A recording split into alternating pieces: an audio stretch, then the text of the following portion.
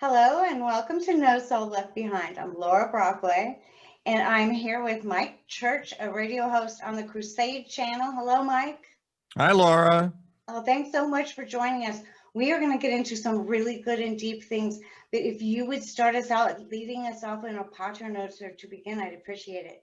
Sure. Nomina Patris et Filii et Spiritus Sancti, Pater noster qui es in caeli, sanctificetur nomen tuum, et veniat regnum tuum, fiat voluntas tua, sicut in cielo et in terra. Panem nostrum quotidianum da nobis odie, et dimittis nobis debita nostra, sicut et nos dimittimus debitoribus nostris, et ne nos inducas in tentationem, sed libera nos a malo. Amen. Nomina Patris et Filii et Spiritus Sancti. Thank you so much. I appreciate that. Let's get right into what I wanted to talk about today, which really kind of what's going on with the COVID, what your perspective is, what they're using this agenda for, a couple of things, how it ties into also to the election fraud. So we have a lot to cover. So let's start us out with kind of what you think the true agenda might be behind the COVID. Well, big answer. Lots to talk about. A lot of this, I think, is known now.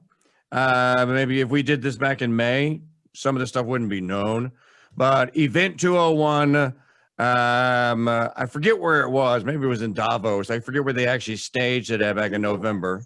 Was it in Davos? I'm pretty sure it was. And if you don't, so if you start at the beginning of Event 201, actually game plan, what would it be like if there was this global pandemic?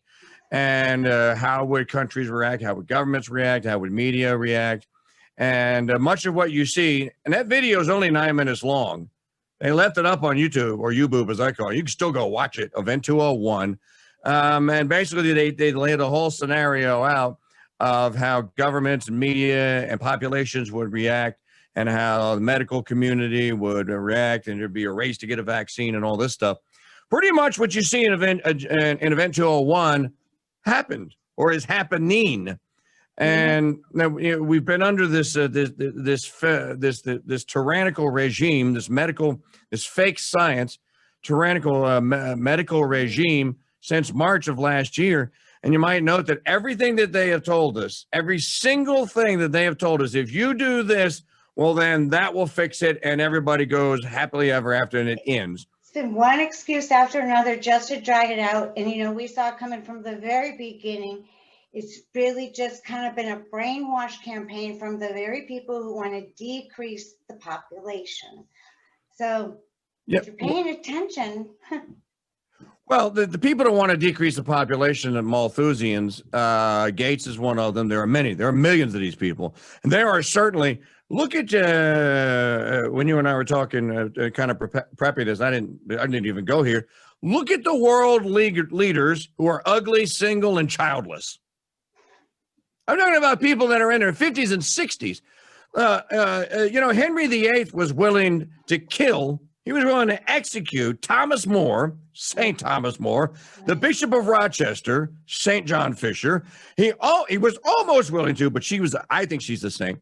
He couldn't lay a glove on Catherine of Aragon, his wife, but he killed Anne Boleyn. He was willing to kill to have an heir. These people are willing to kill so that no one gets an heir. Mm-hmm. Oh, absolutely. So it's turned around completely. We're not fighting for the right things. Yeah. So there's this fake medical regime that really doesn't know what it's talking about and doesn't know what it's doing. Now, it has doctors in it. This is true. And it has scientists in it. This is true. So, then the Malthusians are holding hands and whistling Dixie with those that practice scientism. And now they're leading many people into the practice of scientism, whether they know it or not. When you go like, I believe the science, I stay with the science, follow the science. Well, you know what the science says? The science says take the face diaper off. It's going to give you strep throat if you wear it too long. Mm-hmm. The science says that it's Munchausen by proxy syndrome if you slap that thing on a 4-year-old. Mm-hmm. The science says the particle of a virus will pass right through that chain link fence that you got covering your face. So there's no scientific basis for almost anything that they've done. And I think you probably noticed because I've seen some of your interviews. If you go back to the 1950s, lockdown was proposed for a flu epidemic, a localized, not a pandemic, an epidemic. It was proposed and it was tried. It didn't work. They learned from it. When the Hong Kong flu came to the United States, there was no lockdown. School went on. People went about their business because they knew that a lockdown doesn't work. So how did we find ourselves in this position? Well, you have a bunch of people that are easily cowed into being manipulated, easily manipulated. And people who are separated and isolated are easier to manipulate. So you had a bunch of, a bunch of victims. There's a movie out there, and I encourage you. Now, I can't tell you to watch this because it's got horrible things in it. So maybe if you can get a VidAngel or something version of it, but it goes along this line. It's a movie called Compliance, and it's a 2012 film. And what it shows, and it's based on true events, it's based on the fact that this woman who was working at this fast food restaurant was accosted by a fake, you find out the cop is a fake, by a fake cop. And the management they never check the cop's ID. They just assume, oh, badge, nice looking clothes. Oh, totally cop. Well, the cop goes through and keeps upping the ante of these ridiculous and salacious things that he asks the management to do to try to find this alleged stolen loot that this woman has.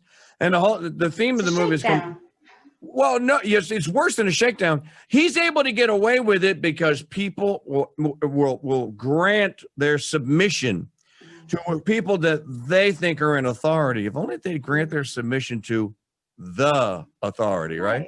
Right.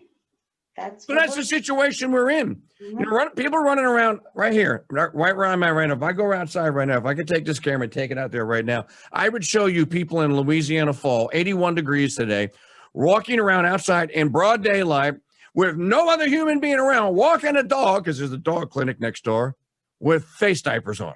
These are adults who aren't sick. Mm-hmm. They're under no compulsion while they're outside. How does that happen? It's not only that, but even worse, it's not just that they're choosing to do that for themselves, but they are actually calling out and interfering with those of us who are not choosing to do it. That is a lot step further than just their own, when I say their own delusions, that I can't participate in other people's delusions, I keep saying, because masking healthy people makes a very unhealthy society, like you were talking about. There's a strep epidemic right now. I noticed a couple of different clinics nearby. I drove by. They're offering walk-in strep tests, and it's because of the mask that there is now a strep outbreak. So but none of it makes any sense, because it's like we were talking about the science of it. It's the brainwashing of it that's gone on. They're told to do this. They're told to listen and obey the system at all costs. And there's no critical thinking going on. Well, some of it does make sense. And it makes sense from the standpoint that many people today want to fit in.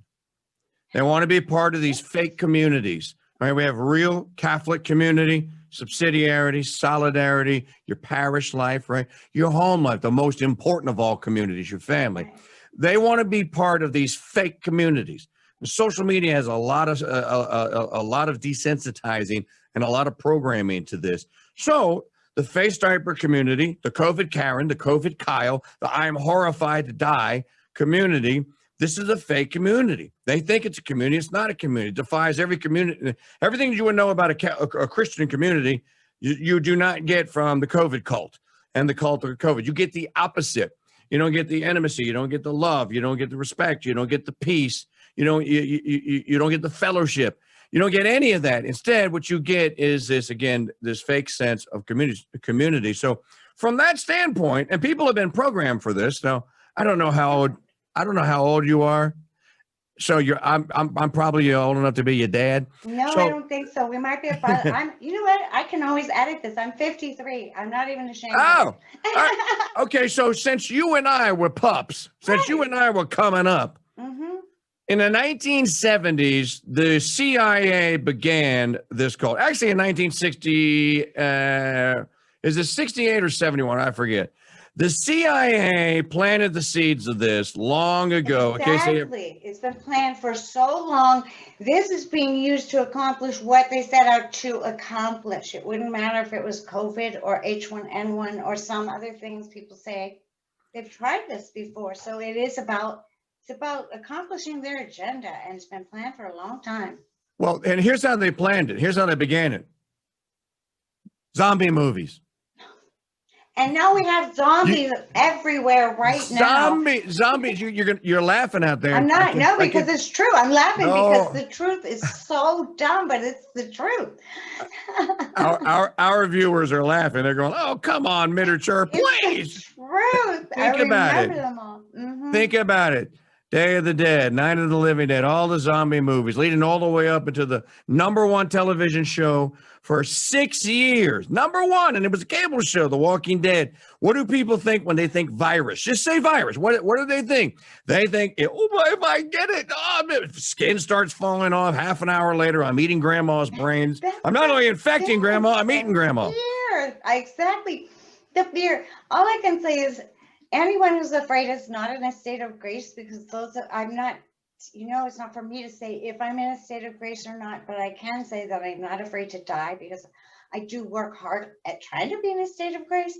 So I'm not perfect, but all of these people who are fear mongering, I do tell them, go to church, get right with God. You will not have any of these anxiety issues you're having.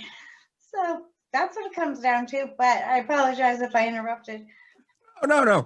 The point is that there's conditioning that's been going on, and people are very prepared for this, and they're prepared to be sheeple. They're prepared to get in line. It's really tragic when you see it, and it's not just that it's cult of death, because it is a cult of death, and they may not even think that believe that they're in it, but they are in this is a mass hysteria. This is a mass hysteria event.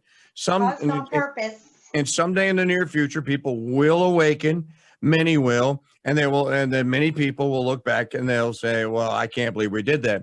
But, kind of like, if we can just make a small segue here, the people that are responsible for this in government, in media, in medicine, but let me just focus on government.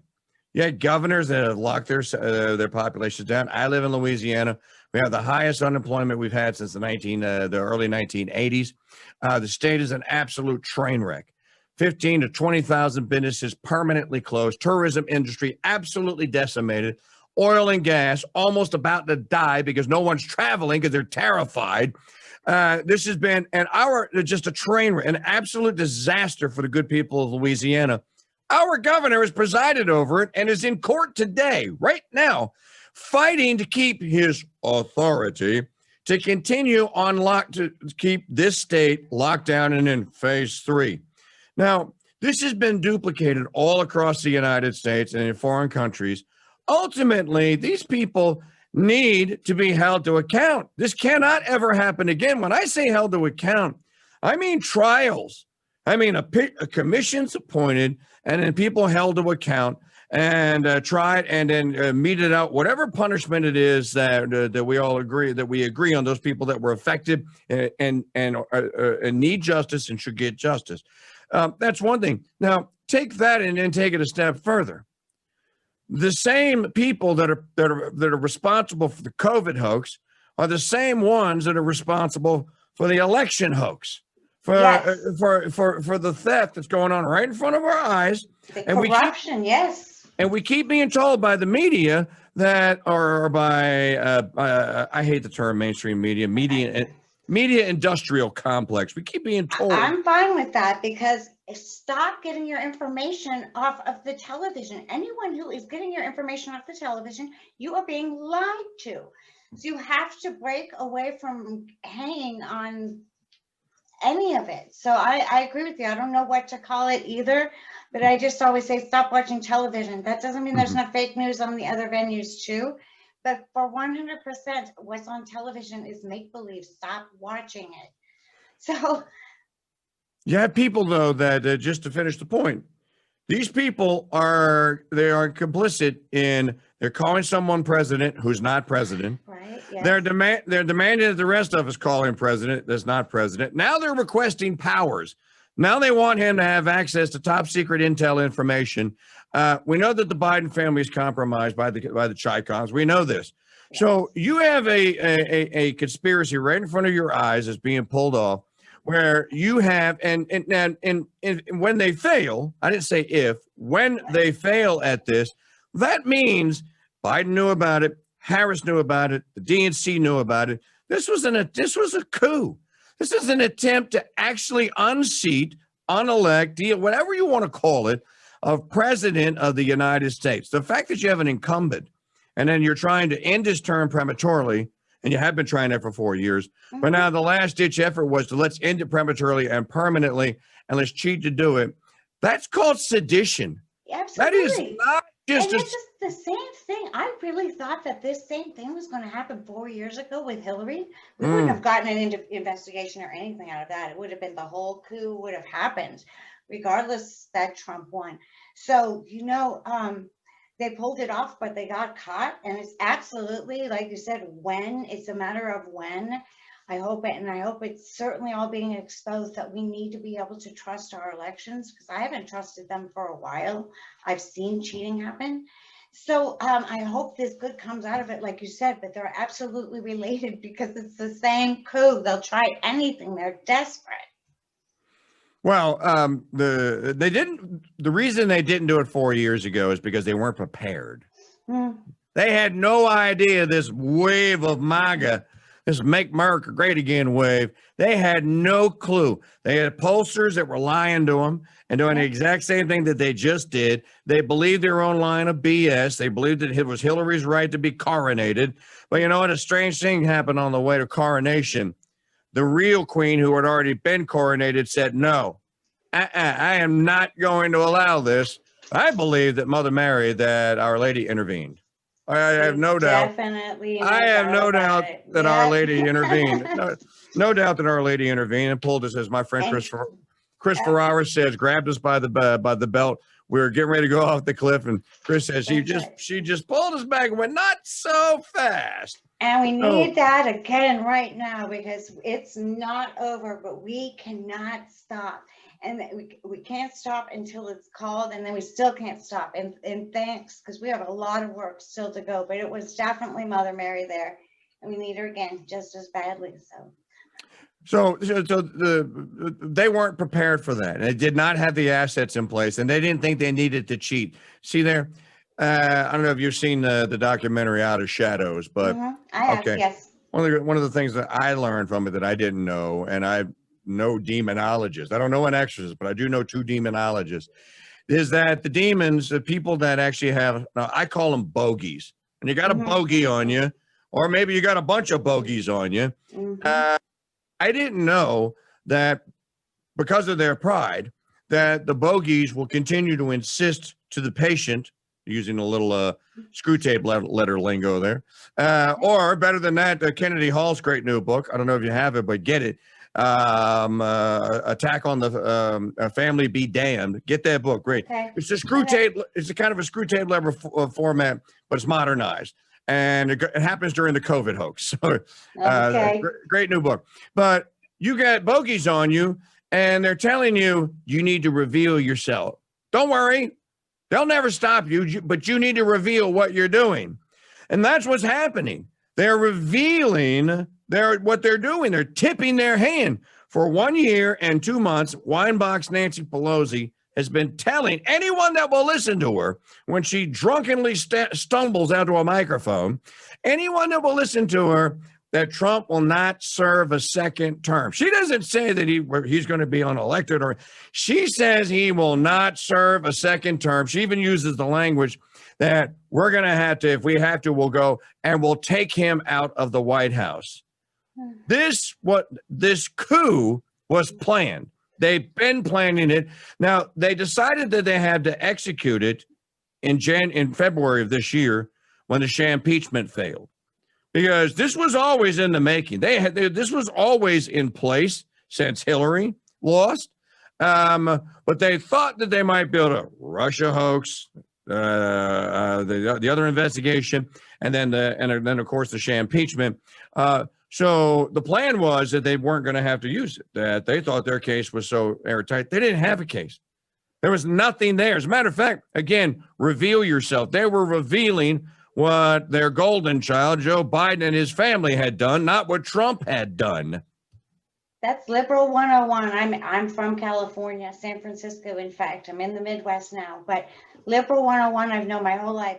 They will always accuse the opponent of whatever they're guilty of. You can almost always, we see that going on with some other people. I don't want to go off on a tangent right now, but just know, you people who go around accusing people, innocent people, of vile things, we know that means you're guilty of it, because that's a liberal way. It's happening in the church and in the world, and that's what they do. So yeah, that was the plan from the start. So over, cheating in the election and trying to just, it's all, I mean, I saw what they were doing the very first thing right after the night of the elections. They were doing the same thing they did with the COVID, just throwing all kinds of numbers at people and to confuse them all. So, so they can cheat and nobody knows the real deal. They do that. They blind you with numbers. Did the same thing with COVID. So what is the ultimate agenda of why they're doing this and why they hate Trump so much, do you think? Well, is it that they hate Trump, the person, so much, or do they hate him not being a politician and one of them and having the ultimate authority? See, for me, they really just hate that he's the one that's not going to advance the NWO UN agenda. So he's the one that stands in their way. And well, think about that for a minute. What, according to the, I forget what the text is, what did Lucifer say to God when he told him, well, I'm going to create man, you're going to give him free will? What did he say?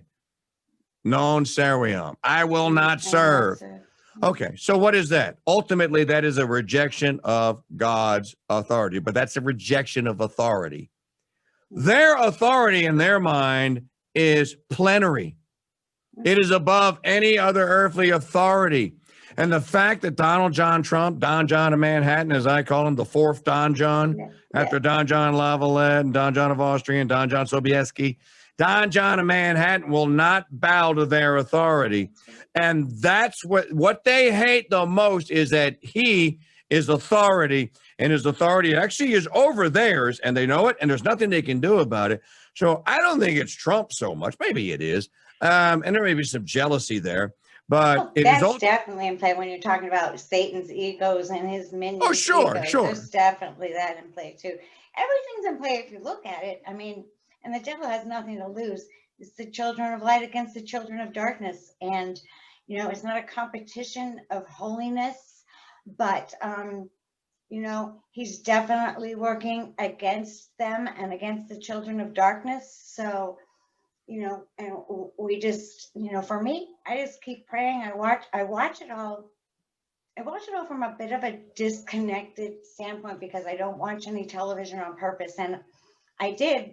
The day of the election, I started a 1-week media blackout. It was not easy. I mean, I had to get earplugs and everything because it's everywhere. But I could tell that there was just going to be a whole bunch of conflicting information out there that I didn't even want to hear until the dust started to settle and I could start seeing what was really going on.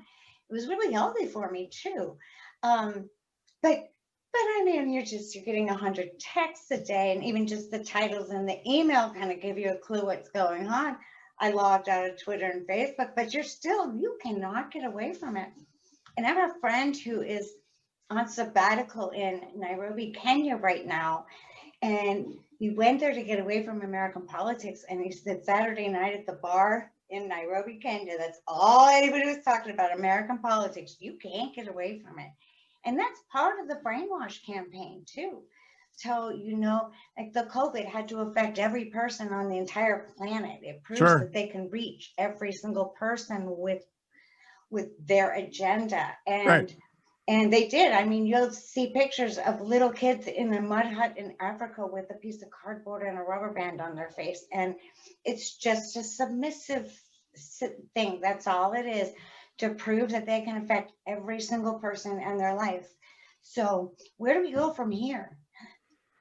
Well, restore sanity. Yeah. Good luck with that. I'm not sure how you do that outside of rebuilding your own family.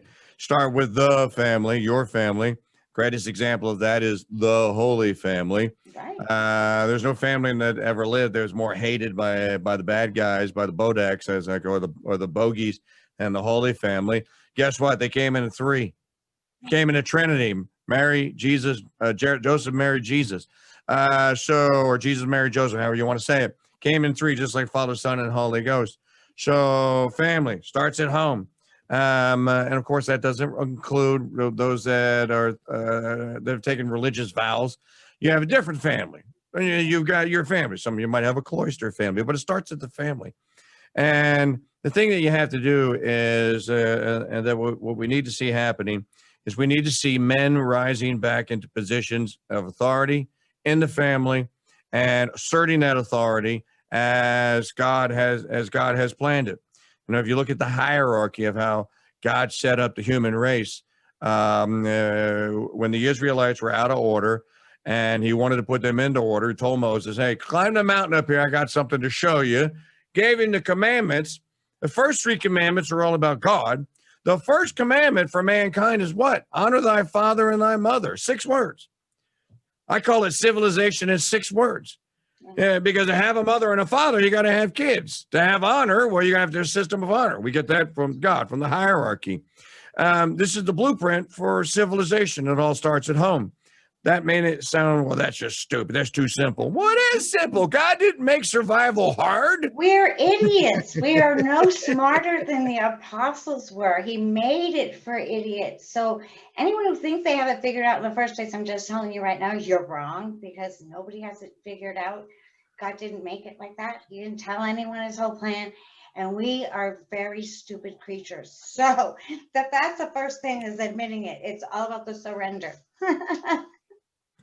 So, and then from there, you take your family, lead by example, and then you take that to the community, take it to your parish, and then encourage others. If people you think are not doing so well, pray with them, form community groups, small.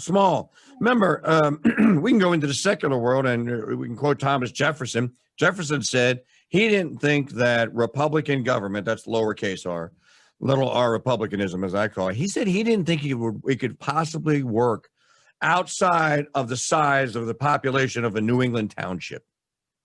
He knew scale mattered.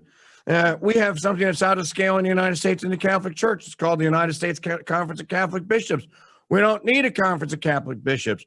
We need good bishops that have good priests, who have good deacons, who have good monasteries with good sisters and brothers, with good, faithful Catholic families. That's all you need. You don't need some silly conference that meets and takes money from government. And that's what we have here today. So, family, start with the Holy Family, the best example we could ever have. Take that out into the community, parish, and then community. And remember subsidiarity and solidarity. But in order to do these things, we got to know about them. So you got to do shows like yours, Laura. You got to do shows like Taylor Marshall's. I'm in the secular world. I don't do Catholic TV or radio. I'm just a Catholic on TV and radio. Follow that vocation. If you think you have a vocation, do it like that. Because you know what? There's a lot of good Protestants out there. When they start hearing the real truth, it does work. They are baptized, Trinitarian form. That they have the same intellect that we do. I've seen hundreds of conversions from people just hearing. They're like, I never heard that. The old Fulton Sheen adage of people don't hate what the Catholic Church. They hate what they've been told about the Catholic Church. That's the truth. That's exactly why I started doing this too. And not necessarily just this, but why I stream masses and devotions, because I said, what the media shows is going on is not really what's going on. So the only way I can really combat them is to show people the real thing, what's really going on. And then to come on and talk about it became the next step.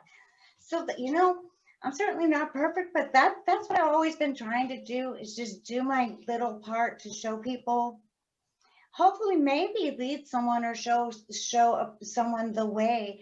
but even just to put it out there to show people what's truly going on, because what they've heard is never the truth. I mean, we've all heard things people heard about Catholics, and none of it's even close to true.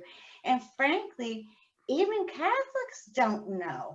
So it's not just the seculars within the church. I mean, you know this. There's a lot of poor catechesis, and I don't know everything, but that's just all I'm trying to do is my little part to try to get it out to people.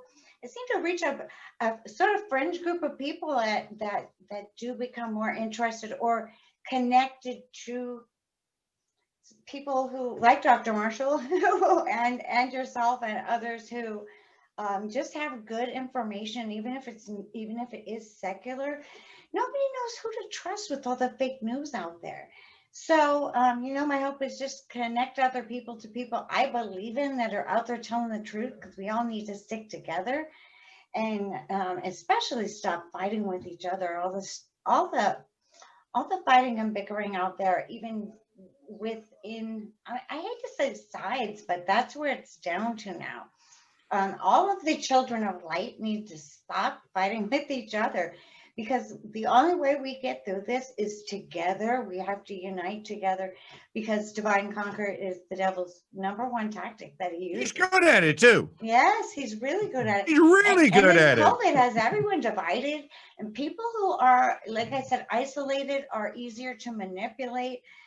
So you just have it. This is just open, and this whole situation open and right for us to be taken advantage of. Our rights are being taken away. They're using, they're abusing all of their powers. And yes, the government is supposed to be able to exercise some power in times like this, but not unlimited power where the people have no say in anything. That is tyranny. And it's going on, in the church, in our government, it's going on in every aspect of society. So we need to just stop being divided and start being united in everything for this fight going forward. We can also learn some good civics lessons. Let me give you one. Separation of church and state. Don't you put your religion in my politics. You're putting your religion, whatever it may be, into our politics all the time. Separation of church and state. Two perfect societies. Why are they perfect? Because they have everything contained within them to perpetuate themselves. Okay. When they come into conflict, what we're told is with the church, we have a constitution and it's over church. No, it can't ever be. Nothing is ever. This is the church. This is left hand. They're purposely infringing on our rights on purpose for the past at least 20 years, probably longer. It's all been planned. And more like 500. Exactly. I was trying to really kind of nail it down to this. It's more all the way back to abortion in my lifetime. This agenda that I've seen that is they just slowly move the window a little bit at a time until we're trapped, and bam, it's mandatory. And this is what people don't understand. And we've just watched it happen in our lifetime. And at some point, we have to start taking back territory. Yes, we can keep fighting them off every time they come after us, but at some point, we have to start fighting back. And we have to start protecting our rights, just like they use the courts against us. We need to start using the courts to protect ourselves. We're not doing a whole lot of things we should be doing, so there's always work to do. So everybody needs to just step up and do their little part, whatever that is. This is my little part, and I'm happy to step up and do it. And I'm just so honored to have people like you that are willing to come on and talk to me and my viewers and tell us your perspective on things, because there's so many people out there right now, especially who they're thinking some of these things could be true, but all it takes is one person in your family to shoot you down. No, you're crazy, and you don't want to bring it up to anyone again. So the devil has people isolated like that. So, I try to bring some things out to the light and let them know that they are not alone. There's other people who see what's really going on too. So I'm blessed to have a guest like you, Mike. I really, truly appreciate your time. You're welcome. You're very welcome. Just one more point on that, on the order. Don't ever let anyone tell you that that these things are equal. The church and state are equal. They're not. The church is always superior. By the way, in Latin, no term for left hand. Right hand, dexterum. The dexterum is always I above didn't know that. the left Thank hand. you. Well, I didn't know- there is a name. There is a love name that. for it. Some Latins going to go. There's a name for it. Yeah, there is a name for it, but it's not like not like this. It's almost a curse word. The left hand. Okay. So don't ever let anyone tell you that this hand is ever over this one. It isn't. They're at best equal, and they work together. But when there is a question about God's law and a contravention of it, well, then this one wins. And if you just think like that, well, wait a minute, should I do that? What do the commandments say? What do Christ's commandments say? What was I taught in catechism? What's the Catholic teaching on this? You couldn't have Roe versus Wade. You couldn't have any of these other atrocities if you can't violate if this order is correct. And by the way, that does not mean that that's an Iranian theocracy. That's just stupid. There was a place that existed in all across the world, in parts of the world. It's called Christendom. There weren't any theocracies. There were kings and queens, many of them good and holy, many of them bad. We're fallen creatures. Get over it. So just think about that. If you're going to talk about politics, always go into politics and government with this perspective. The church cannot ever submit her. Look at what's happening during this corona hoax. Every bishop in the United States, save for 2, has submitted themselves to the authority of their governor. Are you kidding me? These aren't even acts of legislatures. These are executive orders, fake executive orders. That's the point of the bishops' conference. When you were bringing it up, I didn't want to get into it, but then we don't need a bishops' conference. The entire point of the bishops' conference is to control the church in this country, and it just needs to be abolished, just like the UN, because it's the same principle, and ultimately the same people pulling the strings in it right now. So we have a lot of trouble, but Yeah, but her immaculate heart will triumph. Don't worry about it. We know that. I certainly don't worry about it, but we do have to go through the war. The bishops, a few of them tried to do good things. I'm not trying to condemn every bishop. I have a couple of friends, bishops who are my good friends, and I'm not condemning them all. But overall, the bishops' conference, that's the tool of the bishops' conference to control the church. They have way too much power, and they're not serving the flock, they're serving the system, and that's the opposite of what we all are supposed to serve God over the system at all times. And that's what we've seen with Corona is God was not served. God was shoved under, in a closet so that they can, deal with the secular world stuff. And that was what was so disappointing to me. But, I leave you with one story. One story about this ties everything together. In 1868, I want to say, if I get the year wrong, don't send me a piece of hate mail, please. Around, let's say circa 1870, that way I'm covered. Circa 1870, a man named Father Xavier Zelos was transferred from where he was to the city of New Orleans, where I am in my hometown, okay? Father Zelos arrived and set up shop in downtown New Orleans at a beautiful church. And that spring and that summer, there was a horrible, you want to talk about an epidemic? There was a yellow fever epidemic here in New Orleans. Thousands of people were dying. You know what Xavier Zelos did? He cared for them. He went to their houses. He read them last rites. He gave them communion. He anointed them. When they asked him to bless something, he did it. He had masses. He never stopped giving the sacraments. You know what happened to Father Zelos? He got yellow fever. He suffered tremendously. Was doing holy acts the day he died, but ultimately he died. Today he is venerable. He's either blessed or venerable. I have some Zelos oil. I do. He's Xavier. My point is, ladies and gentlemen, is he never stopped being a priest, and he wasn't afraid to die. He wasn't afraid of some silly virus. He put it into God's hands. There are many, I know you know a lot of them. I know plenty of good priests are out there going, I would never not give you the sacraments. I don't care. I have one priest that I know, and he goes, Bishop will have to come and get me, and he will have to haul me away in chains. I will never deny my parishioners sacraments again. So one good thing that's come out of this is many priests have seen kind of through this, I think that this kind of a very governmental like clericalism. I don't think clericalism is supposed to be like that. And a lot of good priests are going like, not doing it again. I will not stop saying mass. If I got to go in basements, I'm saying masses. I'm hearing confessions. I'm baptized. I'm giving last rites. I'm marrying. I'm doing. They can't do confirmation. You got to have a bishop for that. Well, you could get permission. My There's point a lot is, of priests not gonna put it, put it on the line like that again. And I'm really glad for that. I thought there would be a few more the last time, but there are so many good priests out there. They're trying to be obedient. We're all trying to be obedient. But when it comes to the sacraments that are supernatural, and then the personal offense of thinking that they could somehow hurt us, it was just the entire thing altogether that, there's nobody, the priests and laity alike, that didn't really get hurt by this.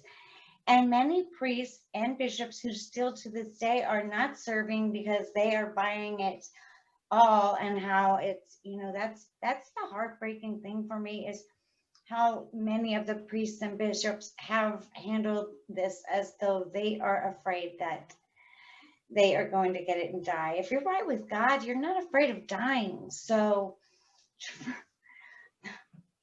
there's a difference between, obedience, true obedience is an act of charity, ultimately. What they're doing is stoic. They're just doing it because they're told to do it. Because they're company men and they're going to obey what they're told. And that's exact opposite of what we're supposed to be here. Bam, for the win. Sad to see it though. But there's a lot of people who just don't see it. So I like to specifically point it out. This is what's going on. And there is not one fix to it, but it all starts with, just like you said, the war is on the family. So It starts with getting your family strong. My family is, absolutely been broken up. And at this point, I'm the only one left. So I do understand this, your family is who God's put in place around you. If you're someone like me, whose family has all passed away, then your brothers and sisters in Christ, or whoever it is that you're building your life in your community with, that's who you bond to right now. It's a good family. Absolutely. That's a good family. But we have to strengthen the family before anything's going to get better. So true. Yeah, I concur. Absolutely. Well, on that note, would you like to lead us out with an Ave Maria? I would love to. In nomine Patris et Filii et Spiritus Sancti. Ave Maria, gratia plena Dominus tecum, benedicta tua mulieribus, et benedictus fructus ventris tui, Iesus. Sancta Maria, Mater Dei, ora pro nobis peccatoribus, nunc et in hora mortis nostra. Amen. Nomine Patris, Filii, et Spiritus Sancti. Thank you so much, Mike. Tell people where they can find you anyway. I know you're not a Catholic program, but tell people where they can find you. Well, you can find me at crusadechannel.com every weekday morning from 6 a.m. to 10 a.m. Central Time. You can find me on my website at mikechurch.com. You can find our Roku channel, Crusade Channel TV, on Roku. Just search for it. And the official King Dude on YouTube, as I said. Just because we don't do Catholic radio and TV don't mean you won't find Catholicism in it. We just don't announce it. That's right. I absolutely agree. No, I really like your content. And besides the fact, like you said, politics and our faith are really intertwined right now. So you hit it a lot. In almost everything you do still hit it. So thanks so much for joining us. And I hope I get to talk to you again. Things are moving along quickly. So who knows when we have a winner. Soon. May have you come explain it all to everybody. Thank you for watching No Soul Left Behind, where we are fighting for every single soul, including yours and mine. God bless you.